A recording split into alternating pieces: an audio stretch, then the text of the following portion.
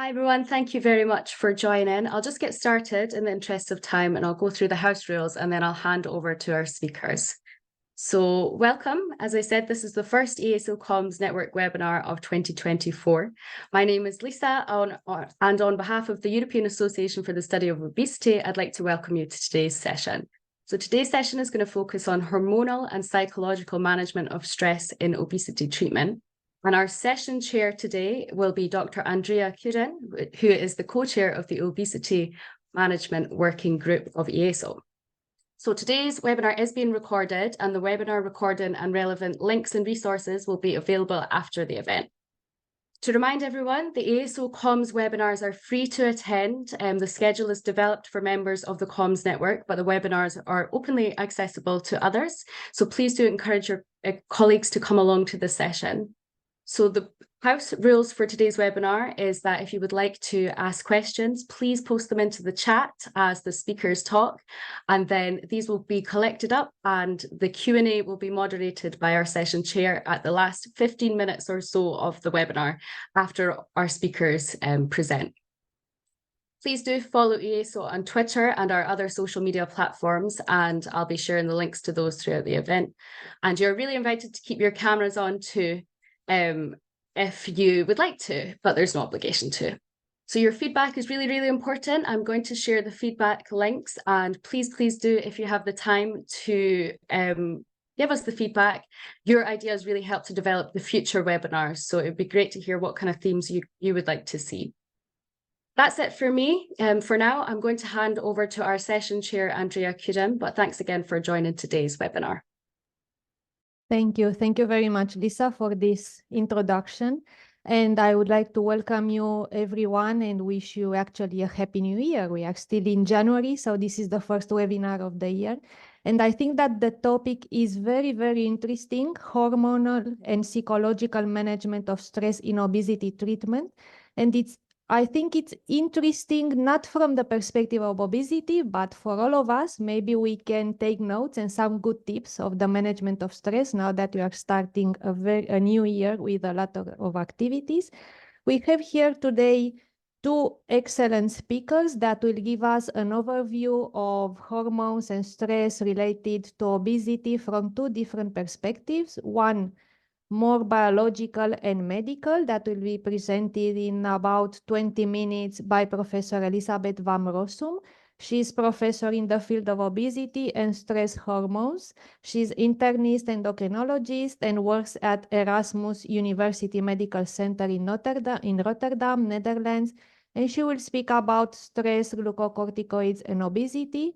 And then we'll have about another 20 minutes of talk given by Professor Andrew Hill, which is Professor of Medical Psychology at the University of Leeds in UK, about stress management from a psychological perspective. So welcome you all, and Professor van Rossum, the floor is yours.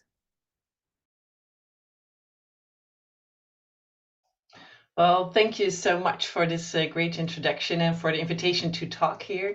I will start with sharing my slides. I would love to hear whether they are visible for every one of you right now. Yes. Yes, thank you so much. Thank you. Yeah, indeed. I'm very happy to see there's so many attendants right now for this topic, and I will indeed address the first part with more biological perspective. What is stress doing to your body? What is stress, and how does it relate to obesity? And next, Andrew will take you through the stress management and a more psychological perspective. First, my disclosures. I'm speaker at many congresses, also in the topic of obesity, sometimes about stress or the combination.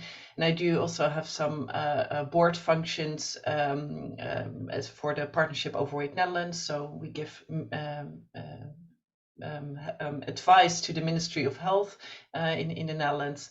I chaired the Dutch guideline on obesity for adults. I co-authored a book about well, it's not only stress and obesity, it's more general as obesity as a endocrine organ, but also stress is involved there. And I'm leading the domain of obesity and diabetes for the European Society of Endocrinology. I don't have any commercial interest here. So let's go into stress. Like many people, if you would ask to be jumping out of a plane to make a parachute jump, skydiving, then this will definitely generate an acute mental stress reaction, which is very good sometimes because you can think faster and it prepares the body, which can be very beneficial. For example, if you have acute stress to run 100-meter finals and you need high blood pressure and good energy for your muscles, so it can be very functional. So what happens in the body when there is stress? Well, we know that there is an hypothalamus pituitary adrenal axis, and in the hypothalamus, CRH can be produced, the corticotropin releasing hormone, and that stimulates the pituitary to produce ACTH, and that stimulates in its turn the adrenals to produce cortisol. Now, cortisol is one of the stress hormones, is always present in the body, but in stress it's more elevated. And we know that cortisol can prepare the body for acute danger. And at that point, it's very helpful. For example, if you do an exam or like this 100-meter finals, you mobilize energy, glucose, and also you have a better memory, so it's really suitable. But at the same time, many processes are shut down or suppressed, like the immune function or reproduction or growth. So it really prepares for acute danger. But sometimes you can have chronic stress, and that can be mental, like work-life balance is not okay, or there are many mental stressors in the environment or noise or whatever, but also physical stressors like somatic disease or chronic pain. Chronic pain also stimulates the HPA axis to be hyperactivated, or for example, night shift. If you change your biological clock, your day-night rhythm, that also can affect your stress hormone system. And what happens if you have chronic stress? Well, then you have also chronic mobilization of energy, like elevated glucose and cholesterol, but also your blood pressure will be high chronically. It affects the bones, the menstrual cycle is affected, your mood can be affected. For example, depression can be induced, but also you can have an increase of your abdominal fat mass and a decrease of muscle mass. Now, talking about fat mass, it's important to realize that this fat mass, that is an endocrine organ, has an important role in the production of many fat hormones and also very important for the immune system. Too little fat is not good, but too much fat, we all know, that's also not healthy. And why? Because then all these hormones which are being produced, the adipokines in the fat mass, which normally really very well communicate to the brain and also to other organs, they get in a state of disturbance of hormones, but also in a pro-inflammatory state, a low-grade inflammatory state. And that is not a disease only by itself, but it is also a gateway disease to many other diseases. And we all know the cardiovascular diseases and type 2 diabetes, but also 13 forms of cancer, also mechanical problems, which is also due partly to the inflammation like osteoarthritis, but importantly also at the level of the amygdala, for example, these disturbances in insulin and leptin, but also it is chronic inflammation, can affect your mood at the amygdala level and other brain areas. So that can also lead to depression and anxiety, which are obesity-related diseases. Now, it's important to realize that within your fat mass, there is an enzyme, the 11-hydroxysteroid dehydrogenase type 1, HSD1, can activate the inactive prohormone cortisone to the active cortisol. So actually, if you have a lot of fat mass, you can better produce locally also your cortisol levels. And in this context, I will show you in this talk today that stress and obesity are very much interconnected, and that there is a whole vicious circle on obesity, chronic stress, and the increased action of glucocorticoids. Now, we know chronic stress, I will show you later how, can lead to obesity, but also obesity can lead to chronic stress, like the stigma of obesity, but also by increased production of cortisol in the body. And we also know that obesity can lead to increased action of corticosteroids, like I, for example, just showed that you have increased cortisol production, and it occurs in quite some proportion of the people with obesity. But also, this increased action of glucocorticoids can also increase obesity. Now, how is that related? I will show you how these connections established. Well, first of all, this relationship, stress, bad desserts, is not a coincidence. This is really a biological finding. Because what will happen if you have chronic stress? Physical or mental stress, as I showed you, is increasing your cortisol. At first, in the first minutes, you also have increased adrenaline and other things. It's much too simplified if you say it's only cortisol, but I will focus today on cortisol. And we know that cortisol can increase your abdominal fat mass by increasing your central fat mass and decreasing your peripheral fat through different mechanisms and redistribution of your fat mass. And at the same time, it also induces extra appetite, and in particular your appetite in high caloric food. So when you're stressed, you may much more prefer a donut or a bar of chocolate rather than the healthy salad, although you know it's so healthy. And if you eat this high caloric foods, in particular when it's very sugar rich, for example, that can even further increase your cortisol. There are even some indications that in animals, for example, that if you eat this high caloric food when you're stressed, that it's more even affecting your weight in a negative way. So there's a large connection between cortisol and appetite, and very recent findings by our PhD candidate Suzanne Koekoek.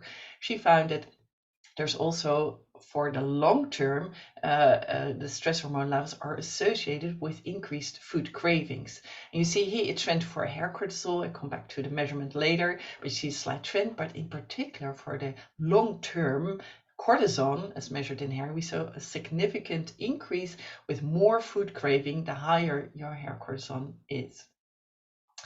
Now, if we look back to obesity, we know there are many causes of obesity. And of course, lifestyle is one of the major causes, unhealthy eating, too little exercise, but it's only part of the story. There are many other causes like intoxications, but also mental causes, and Andrew will come to that later.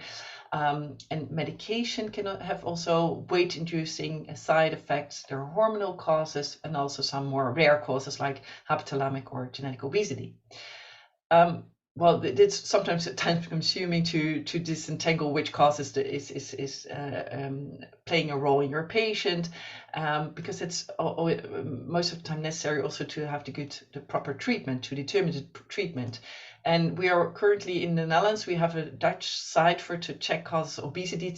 We have a Dutch site which is already launched, but will in the near future we also launch an English version in other languages, where people living with obesity can fill out their own signs and symptoms in a questionnaire, in the algorithm, calculate what might be one of your causes and discuss it with your health care provider. But interestingly, if you look at this table, that many of these factors are related somehow to either stress or to high cortisol or increased glucocorticoid exposure. And in the lifestyle, we know that, for example, chronic lack of sleep, sleep apnea syndrome, shift work can all increase your cortisol levels. Also, intoxications can increase it. Of course, mental causes can increase cortisol levels, which will be increased. Also, in the third category, medication, we know that, for example, pain is increasing cortisol, but also there are many people using from exogenous sources corticosteroids, for example, for asthma or for joint complaints, or there are many reasons to use it. And it's actually artificial stress. And then you have hormonal factors which can raise your cortisol. And one of the things people screen a lot on, but it's very, very rare, is, for example, Cushing's disease or Cushing's syndrome. And then you have a tumor either in the adrenal or in the pituitary, leading at the end to chronically increased cortisol levels. So looking at this schedule, we see that increased action of corticosteroids can lead to chronic stress, but also to obesity. And you would say, actually, maybe it's not so quite simple, just measure cortisol, then you have a good stress measure, right? Well, that is actually too simple. Why? We know that cortisol is a stress hormone, but it's every day present in the body, and it has a very strong diurnal rhythm, high in the morning, lowering during the day, but it's also very variable from day to day, but also within the day. There's a pulsatile secretion, and it's a stress hormone. So if you draw blood in a person, you can easily elevate the cortisol levels. So just drawing blood to determine stress levels by cortisol is not so easy. But in the past decades, a new method has been developed, because we know that cortisol is also incorporated in hair. Through the bloodstream, it's incorporated in the hair, and every hair is growing about 1 centimeter a month. And there you can, by every centimeter, can provide a long-term measure of your cortisol levels. And it's not so hard. I mean, it's non-invasive. You just cut a sample of hair. You can extract cortisol from it and either measure it by an ELISA or an LCMS. And the latter method is the most commonly used right now. And if you compare, we see that if you, for example, measure cortisol in serum or saliva, you have only an impression of seconds, 2 minutes. So for acute stress, it might be relevant, although it's very, very variable, as you see. If you take urine samples, you can collect for hours or maybe days, so you have a larger window. You can assess the cortisol exposure. But when you compare to hair, with one haircut, you can look back for 1 month or a couple of months, or depending on the hair, even for years, how is the average stress hormone level in hair. Now, if we look at Cushing's syndrome, we know there's a lot of cortisol present in the body. And interestingly, we know, and I see these patients also in my clinic, they all they develop metabolic syndrome, including the abdominal obesity, but also about 80% is developing depressive symptoms. So it's also affecting our mood. So we know cortisol can induce obesity and depression when it's pathologically elevated. But what about the normal population? Is that, because this is very rare? Now, this hair cortisol measurement provided us the opportunity to study that in the normal population. And we compared already 10 years ago how people with normal weight, how their long-term cortisol levels were as measured in hair. They were rather normal. And when you look in people living with obesity, we saw in average severely elevated cortisol levels. Not all of them, interestingly, about half of them had elevated, and the other half had about normal levels. So there's also high variation. And these were adults. But interestingly, we also found at the age of 6 years old that even children who had the highest cortisol levels, the highest quintile of cortisol levels, they had about 10-fold increased risk of the presence of obesity. Now, this was all cross-sectional, and this was one study a long term ago, but more recently we did a systematic review in many studies, more than 30,000 individuals, and again we found a correlation between higher hair cortisol associated with higher BMI, and more interesting, actually, the cortisol levels were particularly associated with an increased waist circumference, and the waist is exactly what you would expect from high stress hormone levels. And interestingly also, these hair cortisol levels, recently we showed that also not only in cross-sectional analysis they are correlated, but also over time there are increases. If you have high cortisol at baseline, there are increases in BMI and waist over time. And we know we are always afraid, if you have obesity, do you develop cardiovascular disease? Well, actually, what we found with these cortisol levels, these stress levels, indeed, they were associated with cardiovascular disease. And actually, we reached the world press with this message, although I must say this was only a cross-sectional study. And this was the original study more than 10 years ago, when we showed that the highest, in an elderly population, that the people with the highest cortisol levels, they had a 2.5 increased risk of having cardiovascular disease. And this was cross-sectional.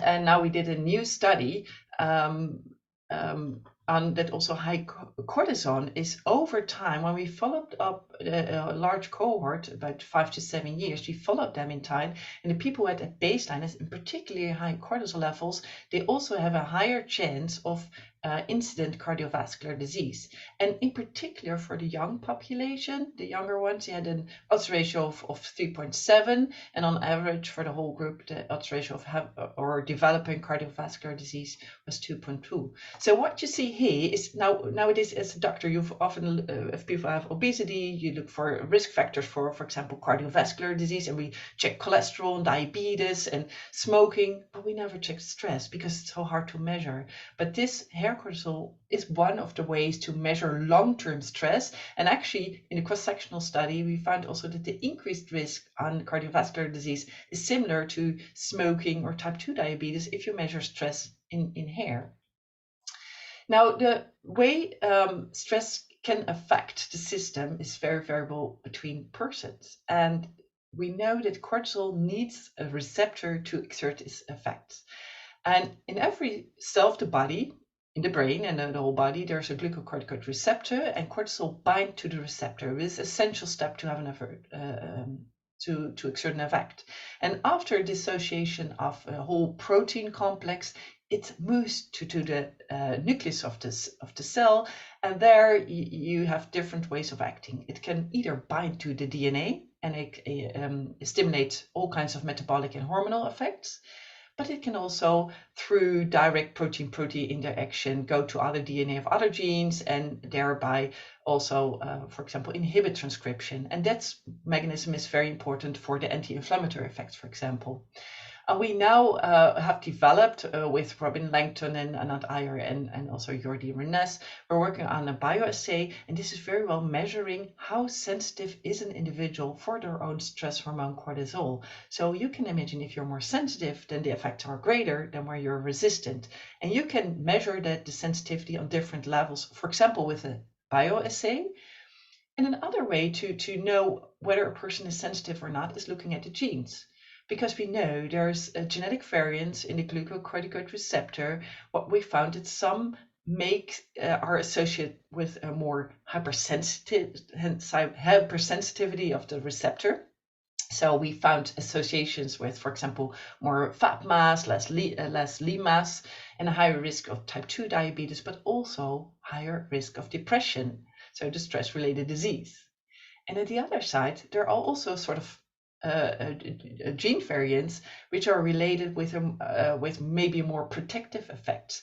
They have decreased action of glucocorticoids, and what we found in young men that they have on average more muscle mass. They were also stronger. They were taller. And also in women, we found, so there was sex differential effects. In women, we found smaller waist circumferences. I depicted here with a Barbie on purpose, but just smaller waist. So the opposite of too much cortisol. So some people might be a little bit protected with metabolic side effects. And we have to see maybe some of these people are more or less vulnerable also to develop stress-related diseases, but also to obesity. Maybe also one very other way I want to share one very new other way to look at stress, and that is more like artificial stress, which is very common in the population right now. So this is a case, Mrs. B, and she was referred to my outpatient clinic because she had obesity, and there was a question that she has a hormonal cause of obesity.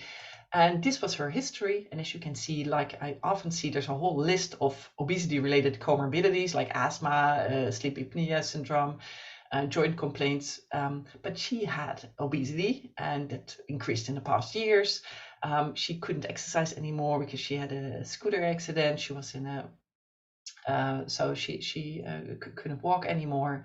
This was her list of medication, and because she had indeed some symptoms of Cushing's disease, some muscle atrophy, some buffalo hump, she had also diabetes de novo. I also checked her urine and saliva cortisol and a DEX suppression test, and they were all normal. So there was no Cushing's disease or Cushing's syndrome. But if you look at her medication, it struck me that so many medications she was using had a weight-inducing side effect, or a potential weight-inducing side effect. And many of these medications were also contained corticosteroids. And if you ask her, there was also a time relation with use of this medication. So I started to, together with her and her symptoms, I started to taper down this medication. Actually, first her diagnosis was not a Cushing's, but her diagnosis was actually the normal multifactorial obesity, was type 2 diabetes with weight gain through medication and a lack of exercise. And she told me that this was her daily breakfast. So she had so many medications and she also wanted to get rid of it. So I referred her to a lifestyle intervention. We are lucky to have that in the Netherlands, reimbursed from the basic insurance, and at the same time taper down her medication. And after we did this, she presented in July of 2023. And this was in December 23, so a couple of months later, that she said, well, I'm feeling better again. I can walk again. I really have an improved quality of life. And she told me her big dream was to go cycle again. And she bought a bike, like everyone in the Netherlands is having a bike. And 2 weeks ago, she sent me this picture that she indeed could bike again. And this was just by tapering off most of the corticosteroid medication and replacing it by a healthy lifestyle. Now, corticosteroids are very common in the normal population. Many people use it, not only prednisone pills, who everybody knows, but also inhalation spray, nose spray, injections. And in normal population, about 10% is using it. And people with obesity, we found that more than twice are using any type of corticoids. And when we looked in large population-based studies, so these are associations, there's no causality, of course, but we found association with more corticosteroid use, an increased BMI, and interestingly, also an increased waist circumference, and in women, also all components of the metabolic syndrome. But also we found that in also large epidemiological studies in the Lifelines cohort, that this nose spray, for example, was associated with anxiety disorders, and the inhalation medication with corticosteroids and the oral versions were related to depression and anxiety and decreased cognitive functioning. So now this brings us to the end, to look at the vicious circle, that now you can see that all the lines are there. So there, chronic stress can induce obesity, but obesity can also induce chronic stress.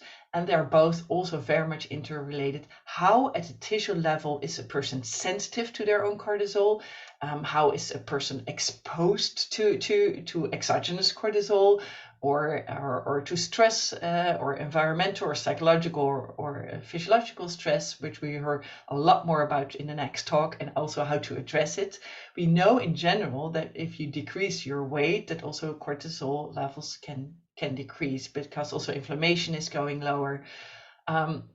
So I want to get to my conclusions that stress can be either mental or physical, and also next to many other stress hormones, cortisol is one of the main drivers of the stress effects, especially also the chronic stress effects, and we know it can lead to obesity, but it's much more complicated. The relation stress and obesity is very much bidirectional. And what we'll show today is that long-term cortisol, which can be measured in hair, it's associated with prevalent and incident obesity and cardiovascular diseases. It can also induce changes in appetite and food cravings. And the sensitivity of a person is very much individually determined. It can be variable, the genes play a role, and it also makes some people more sensitive to stress and develop obesity from it than others. You can nowadays measure it. It's rather complicated though, but there are some ways to measure that right now. And don't forget the artificial stress from a pill, from an injection, from an inhalation puffs, or which can also be a driver of obesity. Causality needs in some cases to be established, but there are more and more indications that there are some causal relationships as well next to the associations we found in the large studies. And also it's not only associated with obesity, but also with stress-related outcomes like depression and anxiety. So these are my conclusions. I want to thank also my research group who did a lot of work in glucocorticoid and or stress and or obesity research. There are many people involved, so I really like to thank them very much. And if you're more interested in the whole topic of obesity, about fat as an organ, how the biological clock works, but also about, there's a whole chapter about relation to stress and obesity, you're very much welcome to read this book, which is now in many languages available. It's also for healthcare professionals, but also for interested lay people. I wrote together with my colleague, Mariette Boon. So thank you so much for your interest. I like to hand over the word to the next speaker. Thank you very much for this excellent presentation on a clinical and mechanistic perspective of the stress hormones. Let's move to the next session. Professor Hill, the floor is yours. We'll take the questions in the end of the webinar. Thank you.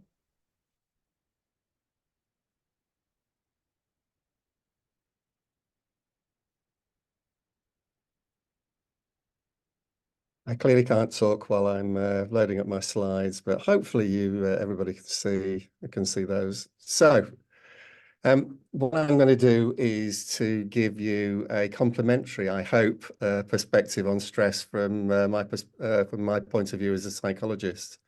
So I'm going to do 5 things. I'm going to give you a little bit of what I taught my undergraduate medical students about, and that is, how do we understand stress? You need a conceptual framework for stress. I'll talk about what you might think as typical stress management. I'll show you some of the evidence in terms of whether bolting on a stress management component to a weight management program is effective. I'll also give you some perspectives on alternative ways of managing stress, which again sort of complements some of the things that Elizabeth talked about. And I'll end up by just planting some seeds into your head. Those of you who work clinically, thinking about whether we can use that information to create a stress-sensitive clinical team. In other words, take home some of this perspective and incorporate it into your working practice. So this is a really nice perspective. This is a model based, it comes from a fairly recent review by Janet Tomiyama. And I, again, recommend, if you want an overview of the field from the perspective of a psychologist, then please have a look at this. I like it because what it does is it also talks about some of the physiological and biochemistry, the biological mechanisms that Lisbeth talked about. I am not going to talk about those.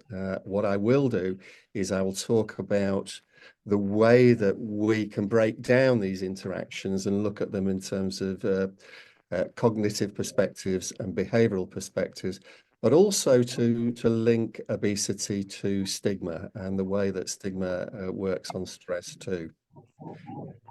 So what I have is, again, this is the perspective. This is the transactional perspective on stress, which is the sort of the most modern approach to stress. Most modern, it's now 40 years old, Lazarus and Folkman. It's a sort of classic perspective, and it moved the field on from just looking at stress as a response, some of the responses that Lisbeth talked about, or some of the things that happen, life events that happen in people's lives, to thinking more about where the person is. And it's nice because it places the person central to the model, and also says that stress appraisal is dynamic. In other words, it's continually being reappraised or reevaluated. So if I take you from the top down, then we have all sorts of stuff goes on in our lives, in our environments, some of which is stressful. Again, we have a sort of an individual perception filter. Some people are much more sensitive to events going on in their environment. Other people seem to be a little bit more resilient, don't even notice them.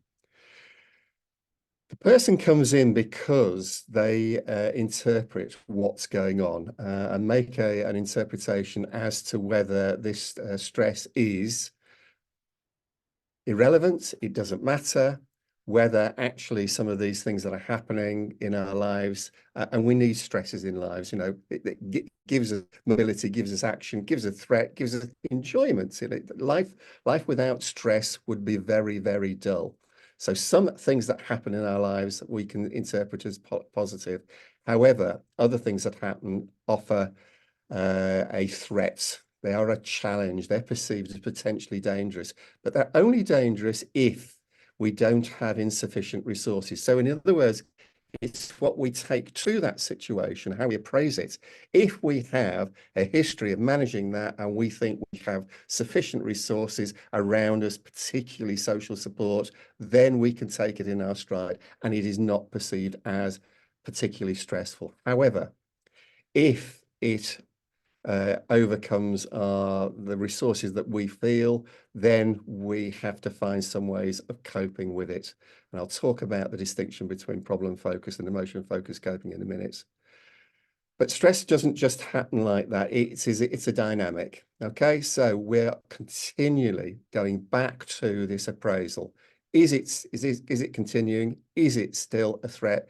What are my resources in relation to it? And it may be that the things you do in terms of coping help you to, in your secondary appraisal, to mobilize other resources. Okay. So if we look at the type of coping strategies, the way that they're categorized, then the distinction between what tend to be strategies would have a positive outcome, and that's problem-focused strategies, in which we look at particularly what we do now, we look at what we've done in the past, and we cast our eyes forward in terms of focusing on changing the situation.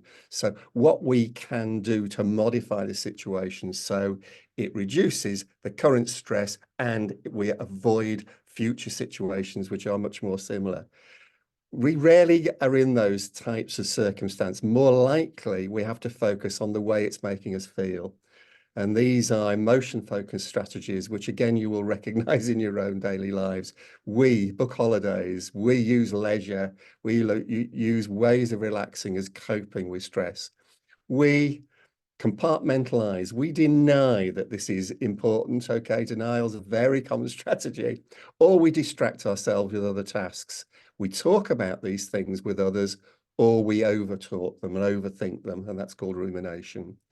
Or we're more active. So exercise, again, is a good way of managing stress, managing our time, and using, again, different cognitive strategies. So I'm going to come back to our model, and I'm going to show you some ways in which we can look at changing our thinking and looking at changing our behavior in relation to stress.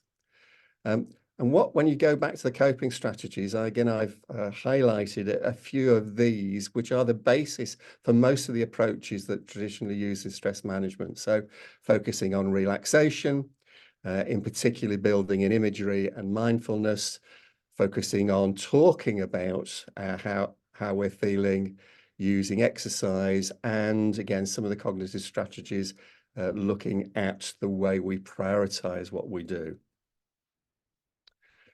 So if you look at the types of psychological interventions that people use, then what you'll find is they're broadly grouped into these 4 categories.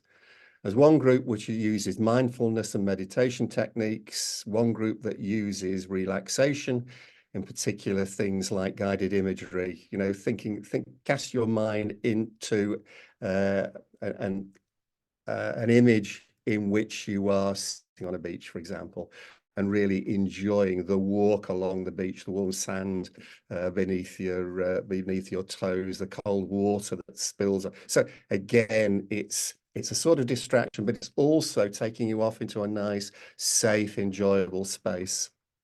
CBT and other talking therapies are another broad grouping of psychological interventions. And the last one is what's referred to as mind-body training, things like using biofeedback, but strategies like using yoga. You will see that most stress management interventions they may max on one of these approaches, but they will typically use 2 or 3. Now, I've used that grouping in part because this is a grouping used by some colleagues of mine in the School of Psychology here at Leeds who have just published a systematic review and meta-analysis using cortisol as the outcome and looking at which of these strategies is most effective in reducing stress. So it's a large number of studies, a very good overall sample size. No differences by the type of intervention or how long it was used, the age of the participants or gender. What was clear was the largest effects were seen in those stress management techniques that used mindfulness, meditation, and relaxation. Those that used talking therapies and mind-body training did reduce cortisol, but to a smaller degree, in fact, a non-significant degree. So if you wanted the evidence, and this is nothing to do with obesity, this is a general population. If you wanted to build a program based on what we have currently in terms of what we know on the impact of cortisol, then you'd certainly build it around techniques of mindfulness, meditation, and relaxation. So let me show you a little bit of evidence. But it's what I'm going to do is to contrast two different strategies. I've just picked out two examples. There's a very limited evidence base using stress management within a weight management setting. And so I just picked out two of the much more recent ones.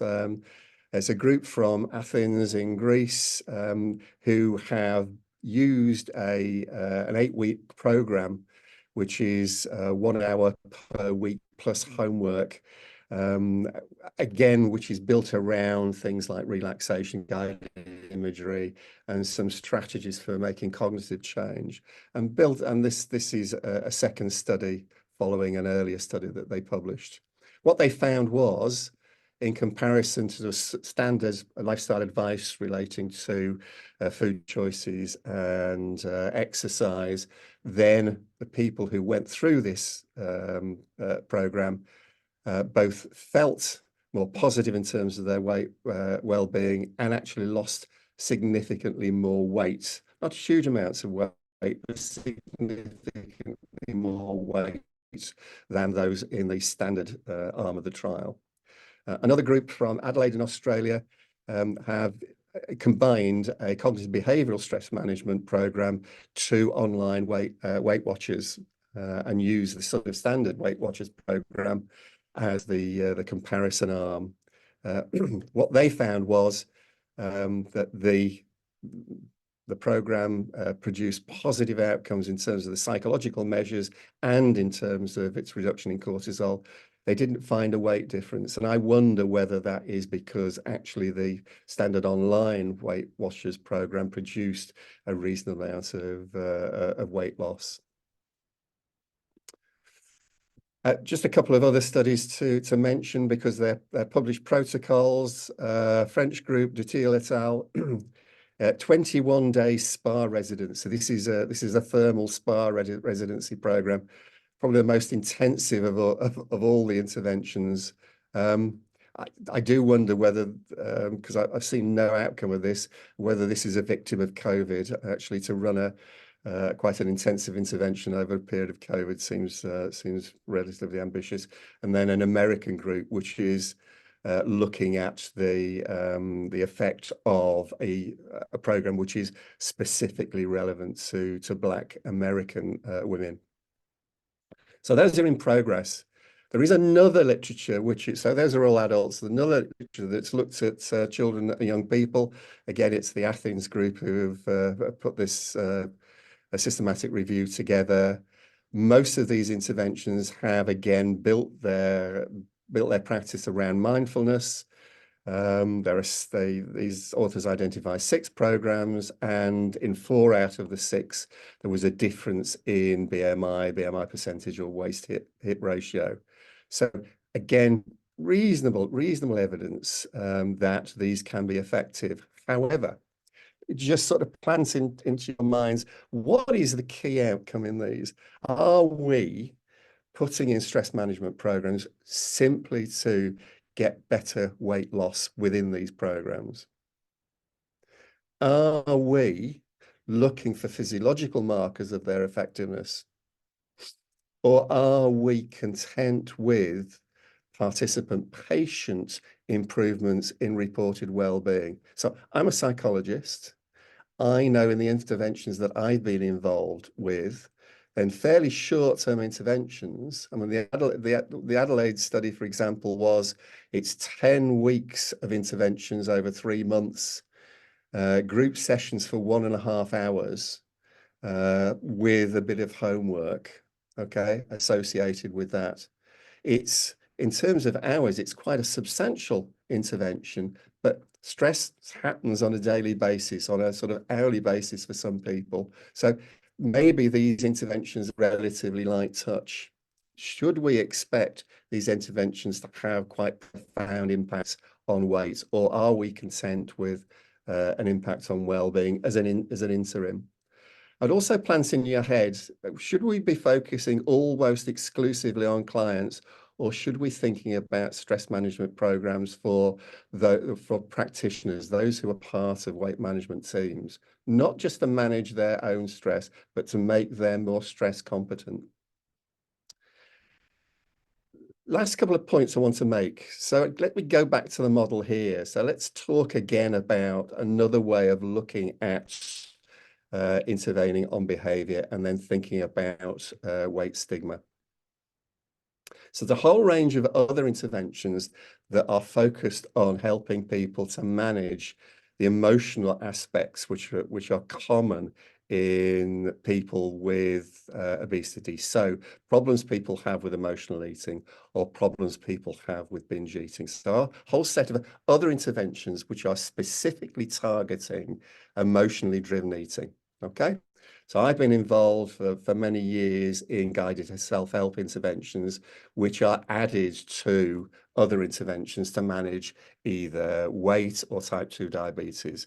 I'm more than happy to talk about guided self-help as an approach.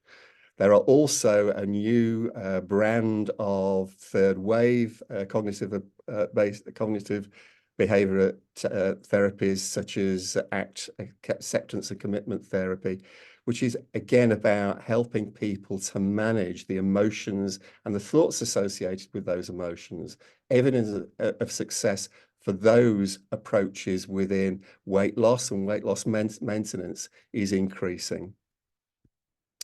And we're becoming much more trauma informed in terms of looking at stigma and weight bias within obesity. So there's a nice position paper published by World Obesity, which is well worth looking at. Trauma-informed approaches are more general, they're generic. They're about the language that we use and our approach broadly on behalf of obesity, which are excellent. However, there's another perspective which I think I just want to get you to remind you, I'm sure you're aware of it, and that is a life course approach to life events and so-called adverse childhood experiences. Early obesity is a well-recognized ACE. Okay, so again, the perspective here is things that happen in people's past then have implications for the rest of their future. So a traumatic event that happens during childhood knocks people in a particular direction during adolescence and adulthood.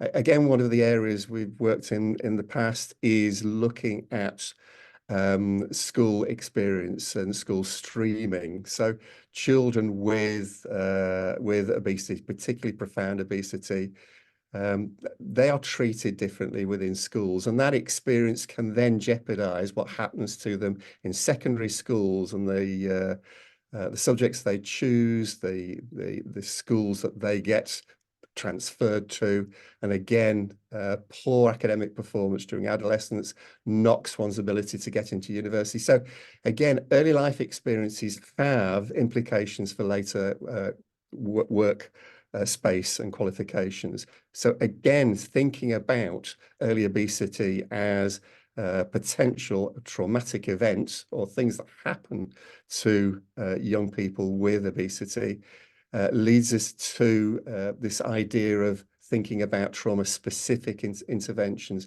So there are some types of CBT, EMDR, eye movement desensitization and reprocessing is a particular technique used by psychologists, and its evidence base for trauma interventions is excellent these days. And again, there's no reason why it shouldn't be used with people with obesity. So my final thoughts are these, and it's thinking about being stress sensitive as a practical clinical team. So in terms of what you do, if you work clinically, then yes, you can think about delivering interventions as part of or alongside weight management. So they can be complementary to a traditional weight management program, or you can embed them within a weight management program. Okay, that requires some expertise. That requires psychological inputs in doing it, and it's a major investment. As I said, look back on some of the interventions that have already been done. There's quite a lot of hours of intervention there. We can think about training staff in terms of improving their psychological awareness and the approaches that they use. Lots of techniques like motivational interviewing, again, are ways, they're not stress directed specifically, they're just differently directive ways of working with patients. We should certainly be aware of what external resources there are locally and available to patient groups. And that signposting by clinical teams is absolutely key. And I think likewise, again, with my guided self-help hat on too, then we should be engaging with our clients, our patients, looking at what they're doing themselves in terms of their stress management strategies and procedures, supporting them, troubleshooting if necessary, and again, walking along with them on the weight management journey, but also being very attentive to the ways they are dealing with stress. Okay, thanks very much. Thank you very much for this nice talk, how to manage stress. For the interest of time, we'll have time for two short, very short questions for each of the speakers. Is everybody from the audience, anybody would like to ask a question? Otherwise, I will read from the chat one for each of our speakers, and the rest we'll try to answer them after the session. Lisa will collect them and we'll try to answer. If there are no live questions, I would like to ask Elizabeth. One of the questions was, in the case of the... Oh, sorry, yes? I have a question. Okay, so Thank please. you. Do you think one person in a team that works on obesity is the major role, psychologist or physician or nutritionist? Who would like to answer first? the three of us, maybe. I would say it depends on the cause. Like I showed, there are many categories of obesity and many factors can induce it. And yes, it can be very much psychological, like a binge eating disorder, psychotrauma, just like Andrew just showed, but it can also be medication induced or lifestyle or specific medical diseases. So I think first look at the cause, and then, and in most cases, multidisciplinary teams is very beneficial for obesity care. Okay, Yes, it's important that the people have trust or sure to one part of the team.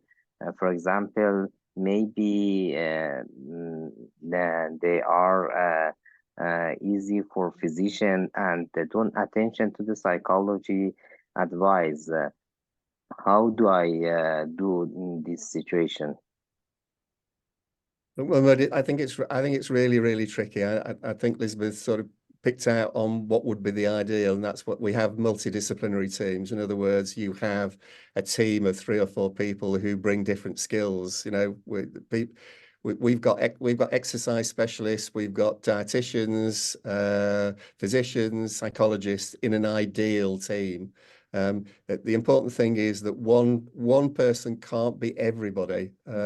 You have your particular background, your specialty, and that's what you're really good at. I think the important thing is also to give patients come up with their own solutions to problems and to work with some of those. They're their own experts sometimes in their own lifestyle and the things that they can do and things that they can't do.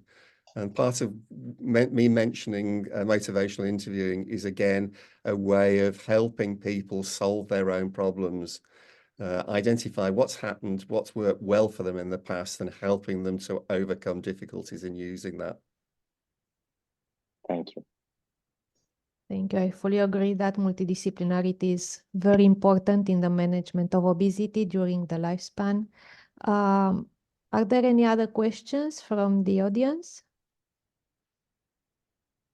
If not, one interesting question written in the chat is for Andrew and says, are you aware of some self-management of stress strategies based on digital tools, on digital approach? Do you think if they are effective, or any idea on this?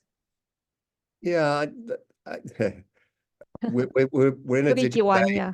Yeah, we're in a digital age, and I think it's important to recognize that as a way of delivering.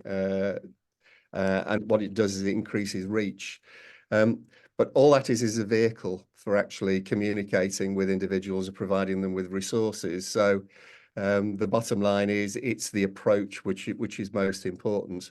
I'm most familiar with working with guided self-help, and we do guided self-help in person with written manuals, but we also do guided self-help remotely. So in the sense with Zoom communications or by phone, and using materials that we provide over the web. So I think those platforms are good.